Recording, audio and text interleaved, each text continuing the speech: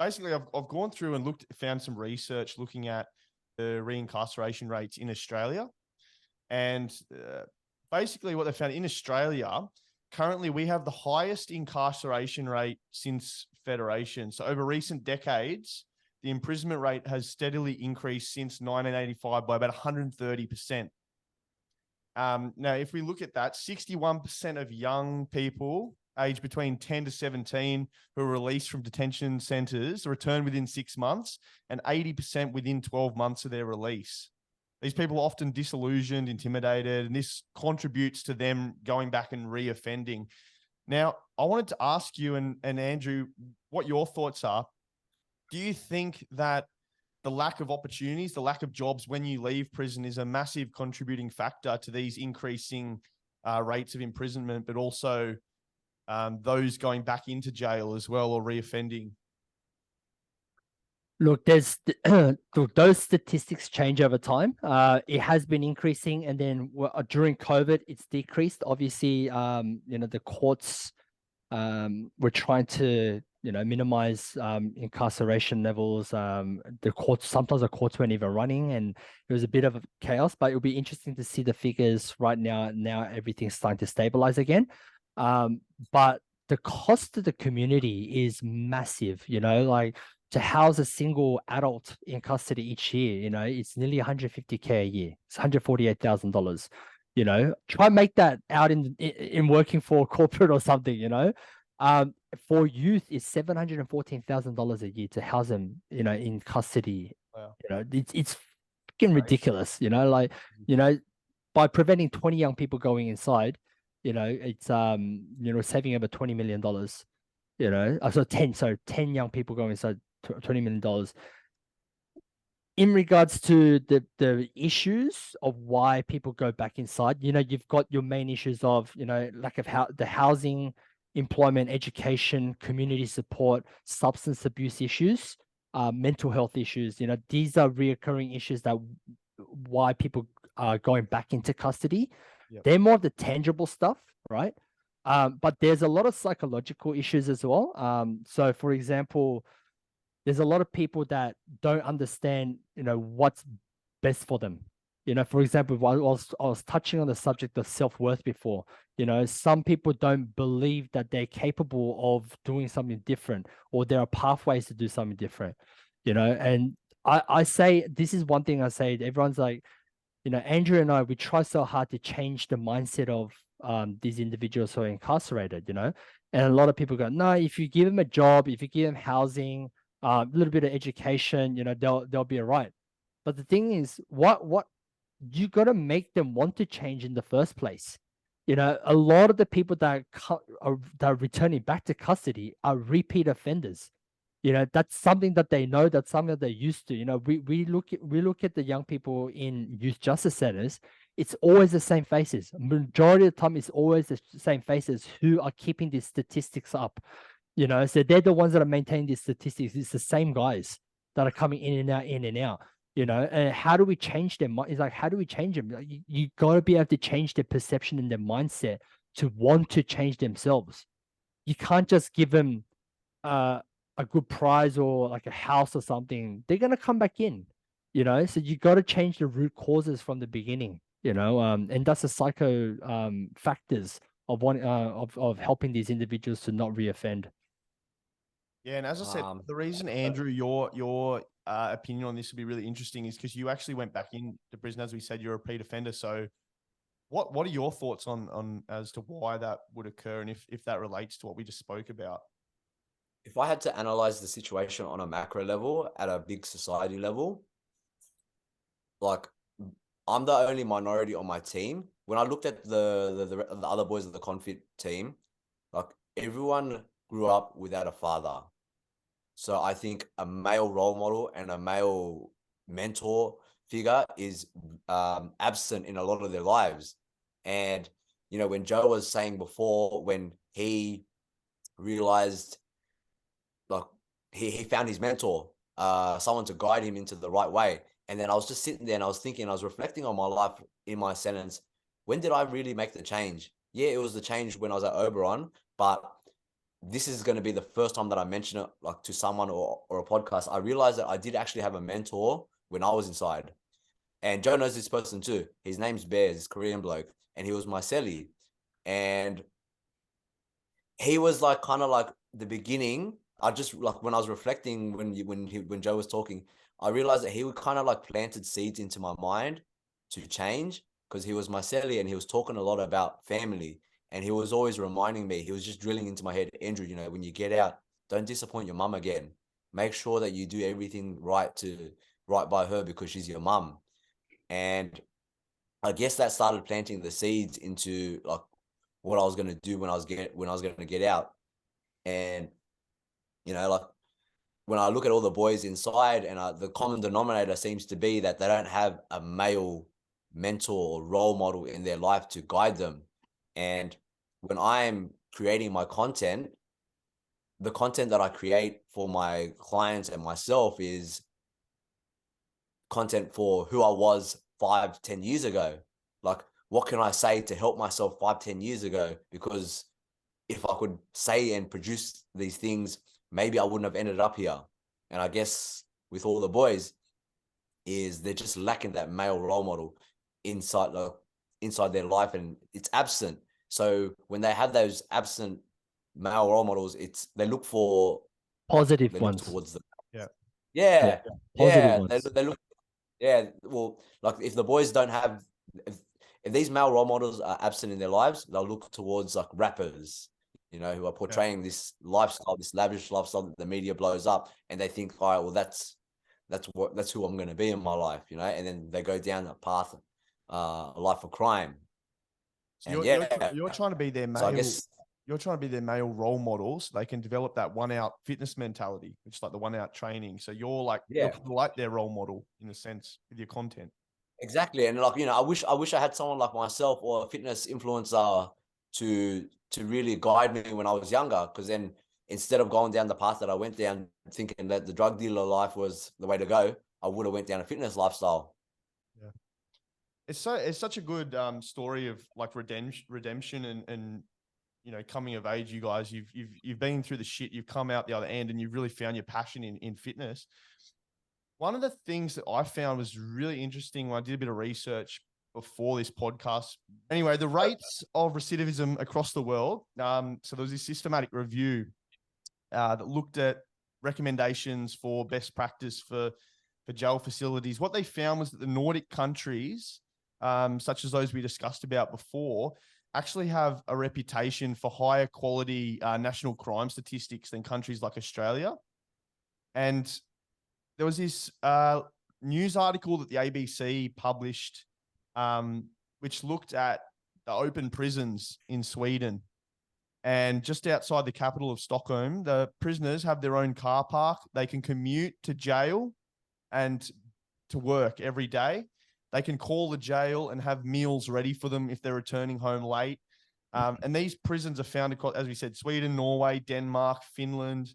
And currently the prison population there, at the time of this article being released, 17,000 prison population in Sweden, whereas in Australia we have over 42,000 prisoners and more than 2 million in the USA. So those statistics are, you know, really highlights that there's something they're doing differently that we're not, that we could potentially learn from. Is there anything there, Joe, that maybe you think we could be doing better in our prison system? Yeah, so I actually went to Norway, visited one of those open prisons. I ran a fitness program for inmates at the center. It was an eye opener. It was a complete different system. But my whole objective of going to that trip was to have a better understanding of what they're doing so right and compare it to our current Australian system, and how we might be able to implement, or can we actually implement some of this stuff? You know, like if that stuff's working, then why hasn't Australia done it already? You know, wouldn't it make sense to just like have a cookie cutter model and just copy their system and their models that they're running over there in Scandinavia? And I realized that it's not possible. There are so many factors that are not able to, you know, comply with what's happening in Australia or the US or wherever, or other developed Western countries. So to start off with, the population of the prisons, you've got to also look at the population of the country, which is much smaller than Australia as well. You got to also understand the different cultures. So in Australia, like I said, we have different nationalities. Over there, when I went there, they were all Norwegians because they don't have any immigration policies. So everyone was Norwegian, that Swedish model started crumbling when they opened up the doors to refugees, and the refugees started having small little cluster communities. Their crime rates spiked, and when they went into prison, apparently this prison system that was designed for the Nordics did not match with all these migrants that were coming into custody now.